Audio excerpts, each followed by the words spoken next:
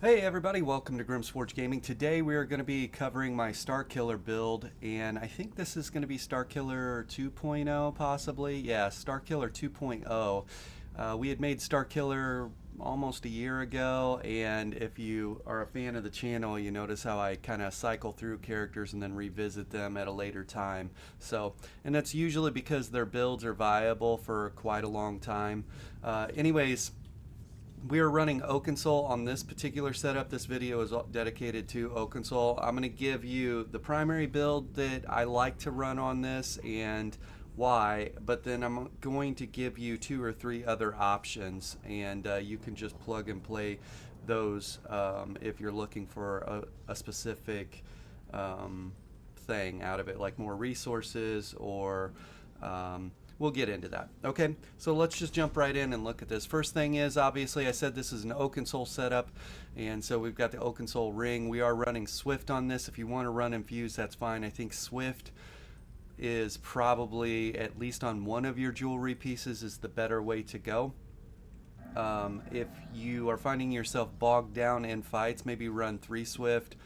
That's fine, but I only have Swift on one of these, and we're running the stamina weapon damage enchant on it. Okay, so Oakensoul with all the buffs. Okay, we are running a one-piece trainee, and this is reinforced, just trying to get our resistances up a little bit higher. A thing about this is a hit and run play style. We will stand in box when our ultimate is ready, and what I mean by box is we'll stand our ground and try and finish people or fight outnumbered only while our ultimate is going. If our ult's not going, we're just running and gunning, right? We're using line of sight, sweep, coming around and hitting people from the side, from their flanks, or from behind, bursting them down, and then moving on to the next target, or repositioning, resetting fights. Okay. All right. First armor set that we have is Essence Thief. This is really needed for this particular play style. Okay, it's 2 pieces max stam, 3 piece is max stam, 4 piece weapon and spell damage, 5 piece dealing damage with a light or heavy attack, draws essence from the enemy that pools near them for 5 seconds. Drawing the pool heals you for 5,100 and restores 4,200 stamina and increases your damage done by 10% for 10 seconds. Okay, that damage source, that extra 10%, is a unique damage source to Essence Thief. So it's not Major Berserk, even though Major Berserk is 10%. That's important to know because we've paired that with a set that does give us Major Berserk. Okay, Himjaz, and Himjaz 2 pieces stamina recovery, 3 pieces max stam, 4 pieces crit chance, 5 pieces weapon and spell damage, and then the second 5 piece, when you are within 28 meters of an enemy you are in combat with and the enemy dies, you gain Major Berserk for 10 seconds, increasing your damage done by 10%. Both of those 10% damage sources are stacking. Okay, stacking. I have to reiterate that, stacking. Okay, I don't know if it's intended or what, but anyways, I've done a lot of testing on this. I can tell you the different weapon or the different armor sets that I tested. Okay, Way of Fire is very strong in CP PvP. I tested Himjaz and Essence Thief versus Essence Thief with Way of Fire, and Himjaz outperformed Way of Fire. Okay, now that said, if you're dueling, Way of Fire beats Himjaz because by the time they're dead and you're going to get that 5-piece bonus, the duel is over, obviously. So Way of Fire is more valuable. Okay. Also, Way of Fire, it's very sneaky. It's hard to test these two. It took me a lot of field play with both of them to come to the conclusion that Himjaz just feels way more bursty to me. Okay, it feels way more bursty. A couple things about Himjaz. Number one, it says at the bottom, while you are in combat with an enemy. I don't need to be in combat with the enemy. If anyone in my group is in combat, I could just be standing at base, and I have video of this, previous videos. I could just be standing in base, and if I have someone in my group out killing NPCs, my arms will be lighting up red with the Himja's proc, okay? So I don't necessarily need to be in contact with them, and that also means I don't need to be killing them. My group members or party members could be out, and if any one of my group kills somebody, or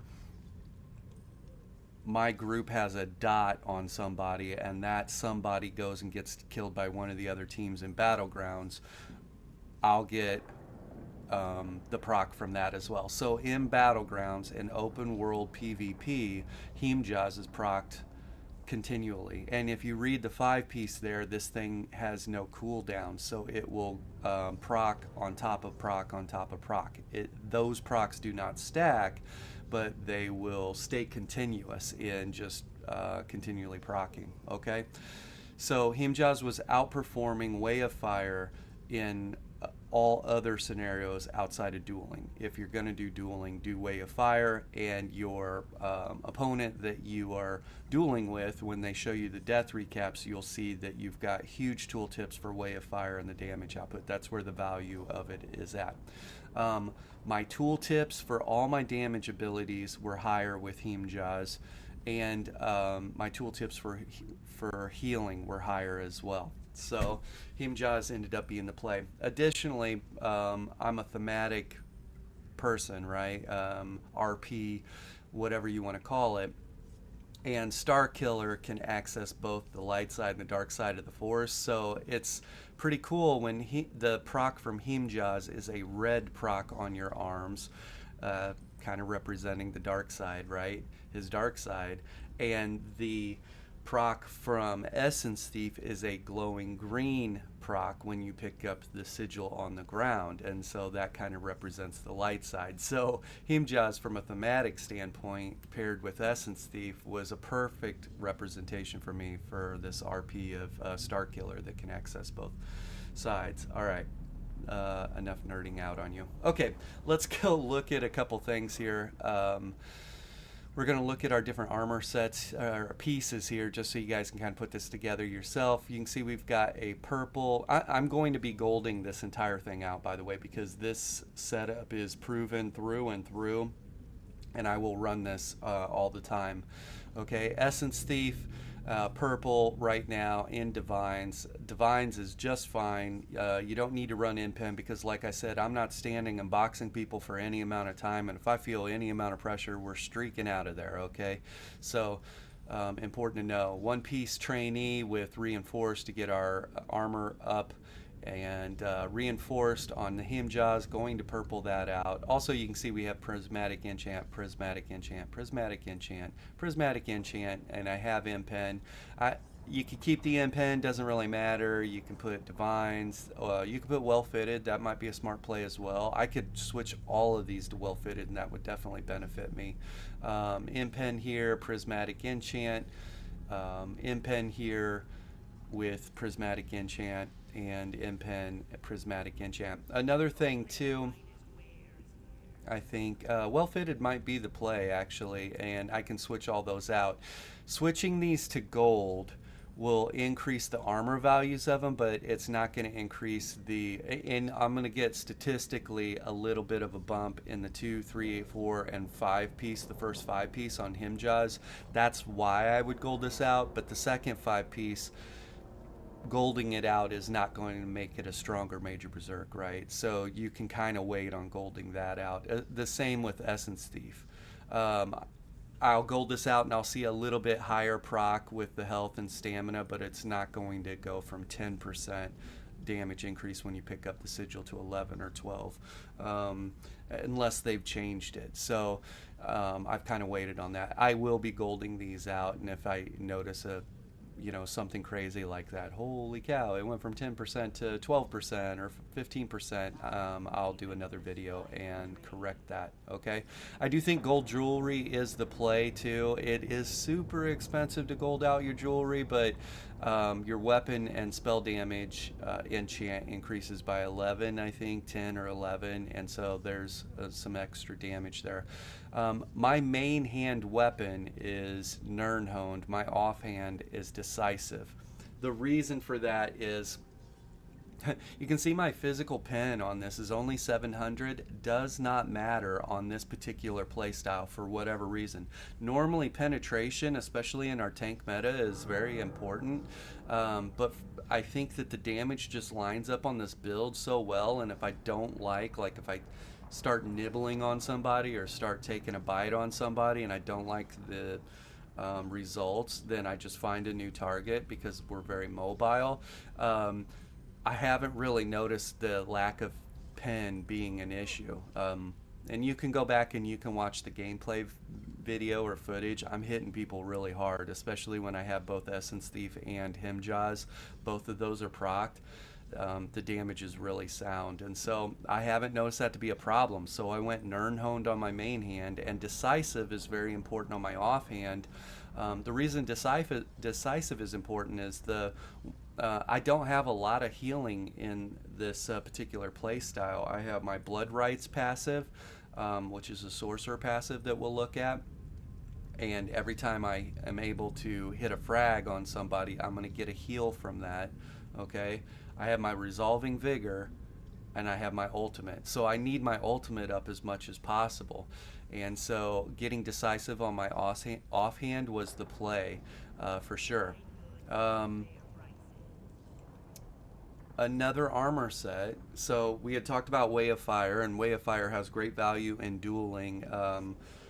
Himjaws was outperforming it in open world and battlegrounds, but Way of Fire will definitely beat it in dueling. Another armor set that I directly compared Himjaws versus was Heartland's Conqueror.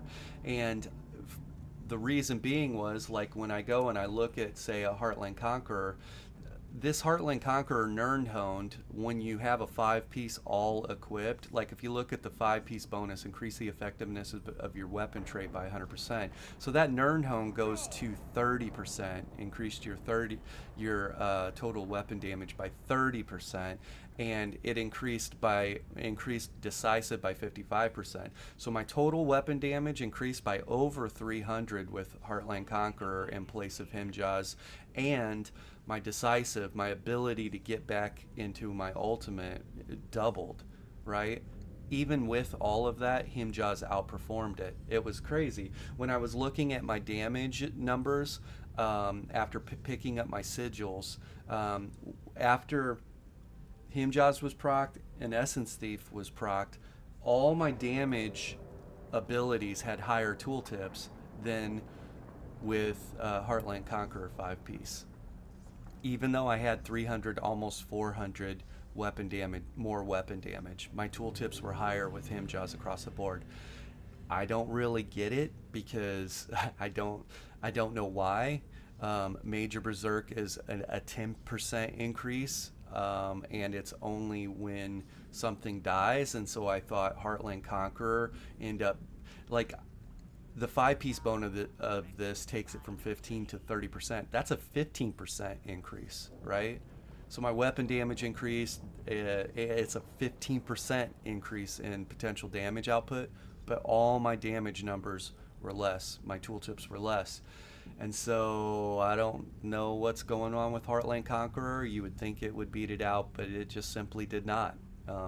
So Himjaws is the play, okay? A couple things. If you wanted to pair Heartland Conqueror because it's a craftable set until you get Himjaws, that's a good option for you.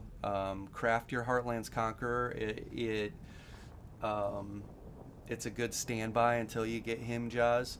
If you want to go Way of Fire because you find yourself dueling more than anything else, that's a good play. Himjaws is farmable in Runes of Mazatun, and so that's important to know. Anyways, another set that you could do that is craftable, let's say you don't like where the recoveries are at with this particular build. Another craftable set is Wretched Vitality, and you can run Wretched Vitality on this, and with Wretched you're going to get a ton of recoveries, like 400 or 500 recoveries, and so your damage potential will be less, but your recoveries are more, and maybe that helps keep you in fights. So something to think about.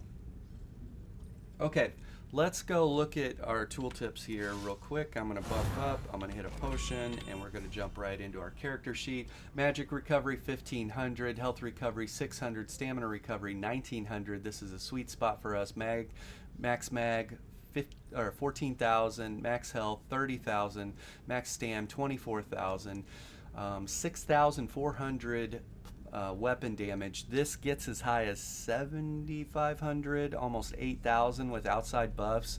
So when you start adding continuous and some of the other buffs that are given by weapons or armor sets, I've seen this hit almost 8k damage, and so then my tooltips get really, really nutty. Physical pin hasn't seemed to be a problem whatsoever, so I'm not worried about it at all. I did try putting pin builds, and I even tried running a two-piece Balor because I was like, I got to get my pin up, and I'll also get my weapon damage up, and ultimately I came to the conclusion, doesn't even matter, okay? My pin didn't matter for whatever reason. And let's look at... We're at 25,000, almost 26,000 resistances. This doesn't matter so much because we are a hit and run playstyle. The only time we stand in box is when our ultimate is ready, and we'll look at that, and then our crit resistance at 1800, same deal on that. We do probably need some crit resistance so we don't get range nuked down before we can do anything. We are running streak, not ball of lightning, so on those times where say somebody has CC immunity and we streak away and it doesn't stun them and they turn and hit us with the ranged attack ability, we probably don't want it to be a 25k spec bow and it almost one-shot us, right?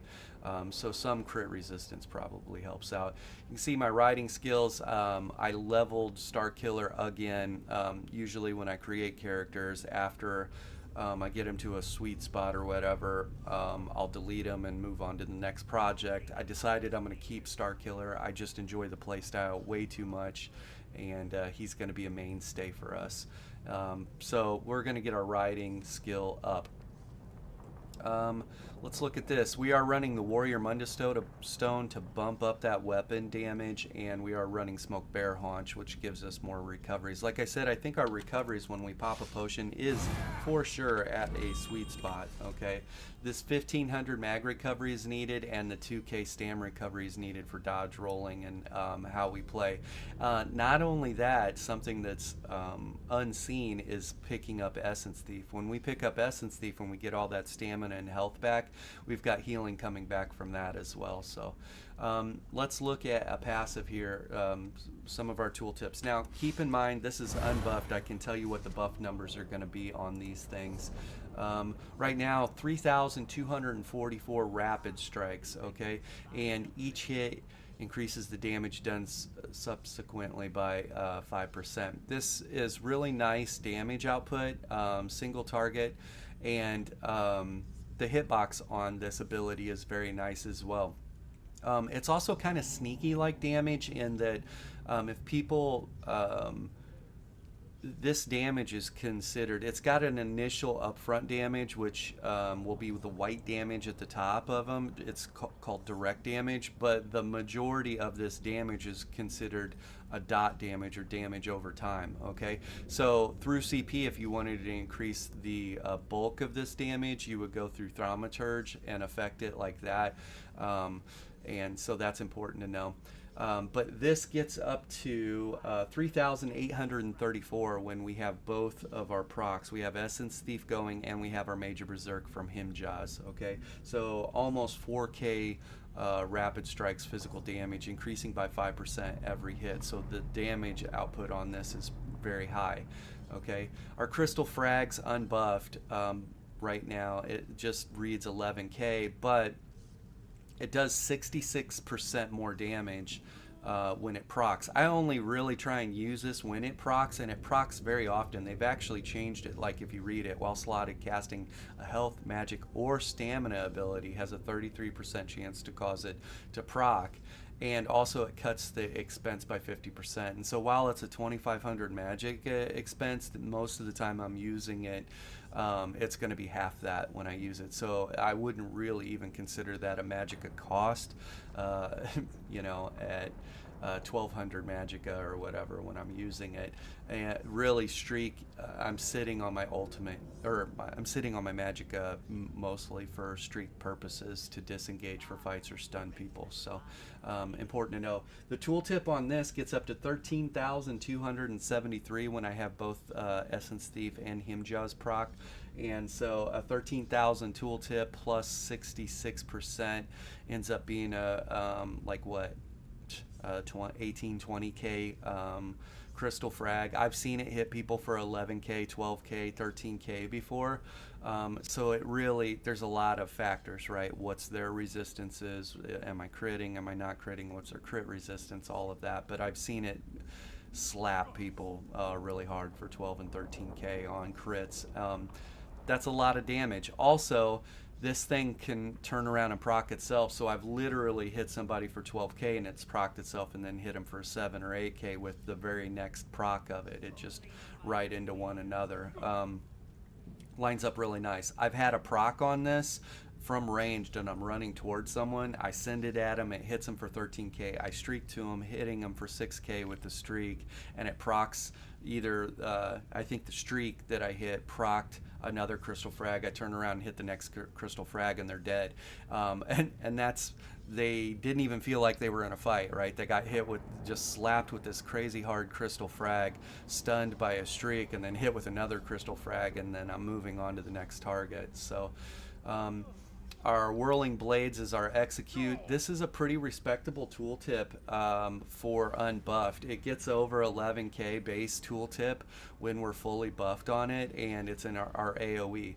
It's supposed to not be dodgeable, but whatever's happening in the game, people are dodging this AoE execute. And I don't know what's going on with that. You can say it's latency, but I only have 60 to 70 latency from time to time. Maybe it's the person that I'm trying to execute's latency. I don't know, but they're dodge rolling an AoE execute that is not supposed to be dodge rolled. So there that is. 26,000 resolving vigor. My resolving vigor, an important thing to know about it, when our weapon damage is increased by, I think, let's look at this. Yeah, so that weapon and spell damage on our back bar, when that enchant procs, the tooltips, this tooltip will get a little higher. When I get weapon and spell damage buffs from outside sources, and my weapon damage is increasing. So like in those moments where my weapon damage is 7,000 to 8,000 weapon damage, this tooltip goes up to almost 30k, okay? But most of the time it hangs out right here, right around the 26 to 27,000. That's still a really good hot for you, okay? And really, if you look at it, that is kind of my only conventional heal. So I need to make sure that I have 100% uptime on this. This is a major stamina expense for me to make sure I have this. I want to have 100% uptime on my vigor. Let's say I don't have damage pressure coming in. I still want to make sure that my vigor is ticking. Like, I hit this and you see the heals going to the right of my character, and then they're going to stop here. I don't have any more heals, but my vigor is still running. You see the tooltip down at the bottom, 8 seconds, 7 seconds, and that is the minor resolve that's running. Bare minimum, I want to make sure that my minor resolve has 100% uptime, okay? Even if I don't necessarily need the heal. Now the heal does, it's like a preemptive, I have a hot if somebody does a little bit of damage or AoE damage, or I got a dot on me. If I have dot pressure on me, I 100% have my vigor going all the time. My vigor will offset dot pressure. If there were a weakness to this build, the weakness of the build is the fact that my only conventional heal is my vigor, so I can be dotted down. I can have damage over time. I could be over pressured by dots, which leads to another set that you can replace Hemjaws with. If that is happening to you regularly, then put Mara's Balm in place of Himja's. Mara's Balm is a heavy armor set, so you'll notice that your max health and your everything will change about the build, but you'll be for sure more tanky. I would not worry about Mara's Balm, the nerf coming to it, where the cleanse is getting moved from every 15 seconds to every 30 seconds. That does not matter as much as the basic functionality of Mara's Balm, and that is when you have a negative status effect or a dot on you, Mara's applies a hot. So the hot from Mara's is offsetting at least one dot, so you will notice less overall dot pressure on you, and then when the cleanse comes around, it cleans you of all that negative stuff. So there is value even though Mara's Balm, and there'll be people that say Mara's Balm is nerfed into the ground and not even worth it. It's a 15-second increase in dots, and the way we play this build, being a hit and run play style and being able to disengage, you're going to be able to find an extra 15 seconds if you're under immense pressure to give Mara's a chance to do its thing. Okay, so Mara's Balm is a play. So you have Heartland Conqueror, which is a play in place of Himja's, which is craftable. You have Wretched Vitality, which is craftable. You have Way of Fire, which you'd have to farm that set or buy that set possibly. And that would be the ideal setup for dueling. And then you have Mara's Balm. And you could probably even duel in Mara's Balm, especially if you're dueling DKs, dot DKs and stuff like that. That might help you out immensely. So don't worry about the nerf to Mara's Balm. It's not the end of the world. The basic functionality of the set is still there. Okay. Okay, so we talked about the abilities. Let's talk about something else here real quick. There is a different way to play this. Now, somebody in chat is going to say, or in the comments, they'll say, what about Master Dual Wield? And what about changing this? You can go from this ability to Twin Slash and run the other morph or the healing morph. Yes, absolutely. However, when you add the Master's Dual Wield, you're going to bring in more damage, but then you're going to lose the Himja's 5-piece. Okay? And so some people will say, well, the Master's Dual Wield is bringing more damage than Himja's. I don't have Master's Dual Wield, and if you want to play that play style, by all means, go ahead.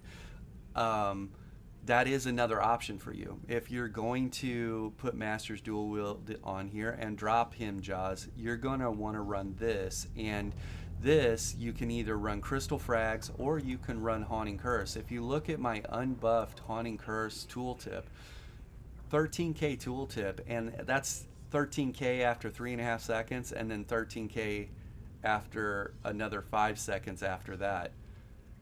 That's a total of 2,600. That's a huge 26,000 tooltip.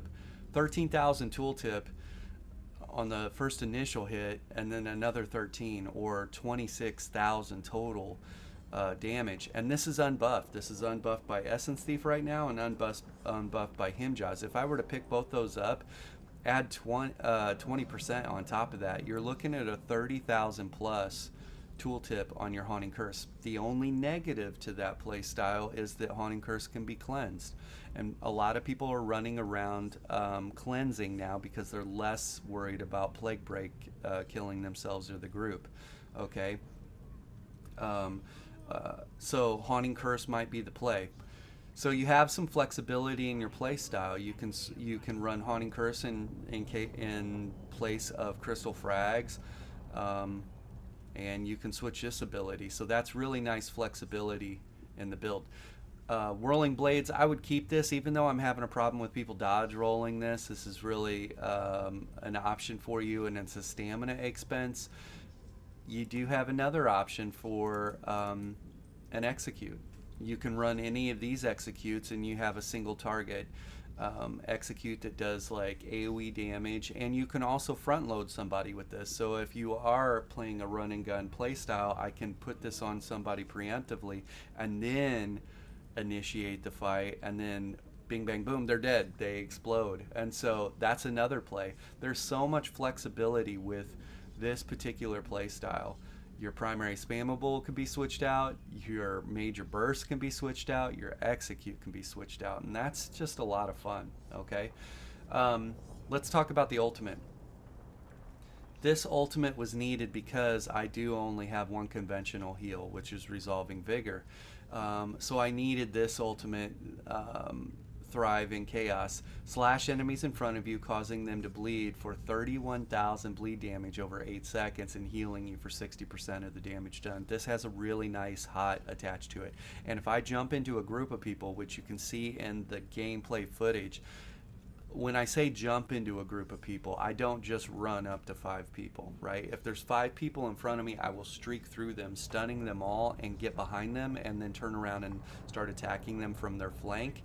I will streak through them, turn around while they're stunned, and hit them with this Thrive in Chaos.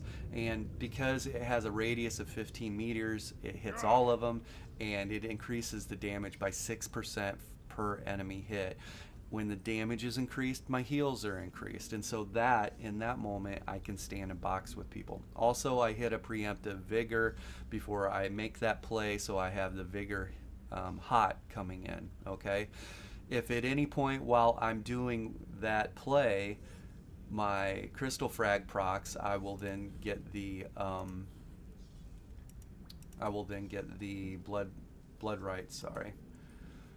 Blood Magic.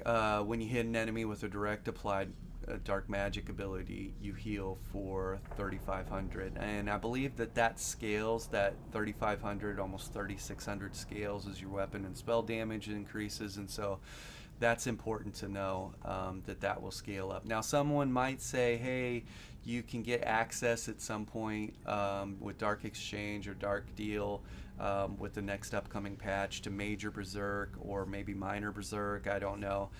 I don't think that that's the play in place of Resolving Vigor. This is an instant hot that gives you Minor Resolve, and I need to see Minor Resolve attached to this, and then you still have the problem that this is a channeled ability. It takes 1 full second for it, and if while you're channeling it you get bashed, stunned, anything like that, you lose out on it.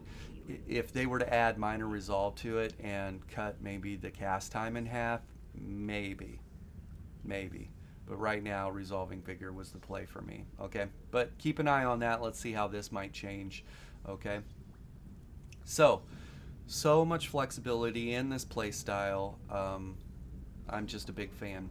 Thrive in Chaos was the play for me.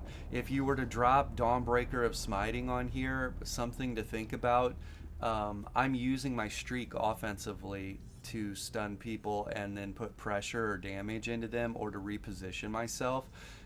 Dawnbreaker of Smiting, while it's going to stun a group in a conal effect in front of me, I probably will have already stunned them with Streak to close the distance and start making a play on them. So Dawnbreaker of Smiting ends up being kind of wasted. So Flawless Dawnbreaker might be the play. If you drop Flawless Dawnbreaker onto this, you're going to lose the heals that Thrive in Chaos and your ability to box with people. This, with the Blood Magic proc and your Essence Thief Sigil, is not going to be enough healing to allow you to box in outnumbered situations with all the damage over time and AoE that's going on in the game. If you want to try it, go ahead. Now, if you drop Mara's Balm on the build and you have hot coming in from Mara's Balm, maybe that's the play, Flawless Dawnbreaker. Something to keep an eye on. If you drop Flawless Dawnbreaker on there, you're going to get an extra like 300, 400 weapon damage from the Flawless Dawnbreaker and the Fighter Guild's passive. You're going to get... where is it? Right here. So that'll end up being an extra percentage. So it'll be probably an extra 400, 500 total weapon and spell damage on the build. And so maybe that's the play. I don't know. I just kind of found the sweet spot with him, Jaws, and Essence Thief. Okay. Let's look at our CP, and I think we're done. I see everybody's eyes glazing over. All right, rationer. This is going to save you a lot of money if you're using the gold food. We're using Orzorga's smoked bear haunch, so this is saving me gold. Steed's blessing for additional movement speed. Okay, in CP scenarios, I have an extra 20% movement speed while this is on there, so that's important to know. While we're out of combat. Treasure Hunter, you can switch this. If you spend a lot of time in Cyrodiil, you can get rid of Master Gatherer and Treasure Hunter. These are kind of wasted in PvP scenarios, and these two are better, especially if you're in the Mount Simulator Cyrodiil, okay? War Mount and Gifted Rider. So just switch these two out and run those, okay? Everything else is just kind of whatever you want. Untamed Aggression, 150 weapon and spell damage. Wrathful Strikes, an extra 205 weapon and spell damage. I think both of those are very important because we are using abilities that scale off of weapon and spell damage very well. Like we're using a primary spammable stamina ability and a primary magic ability with our frags or Haunting Curse. And so buffing our weapon and spell damage is important. Reaving Blows, when dealing direct damage, you heal for 8% of the damage done.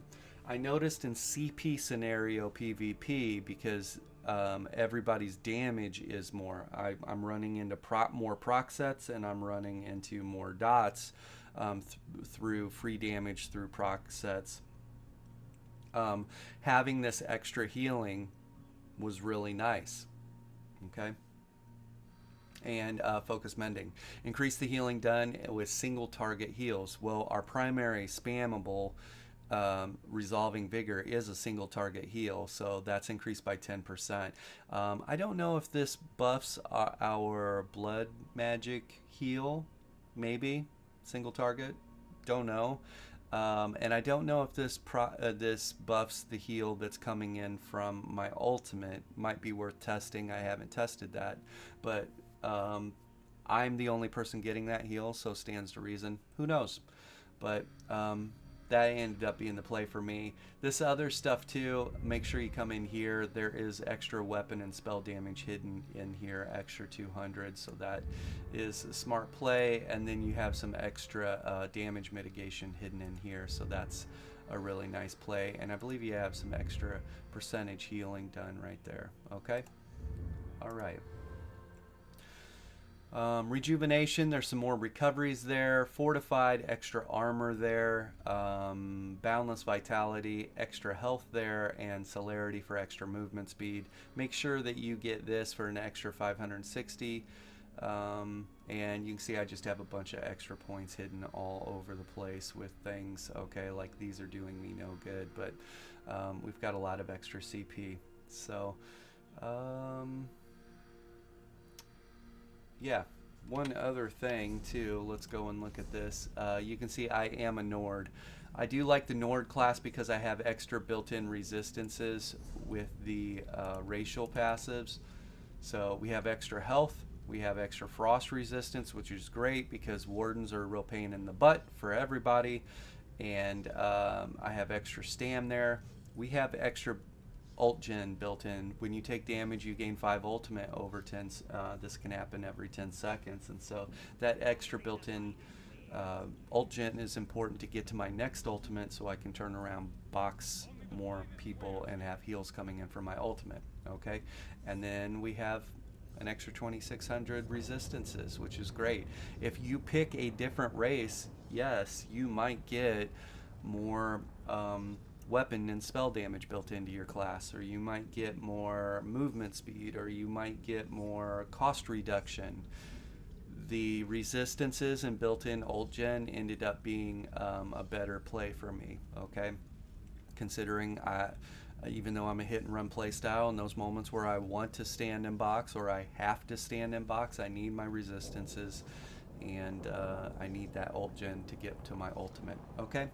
So Starkiller 2.0 right here. This is Oakensoul, and I gave you guys so many different options to play. Just sub out your Himjas for any of those other options and run that.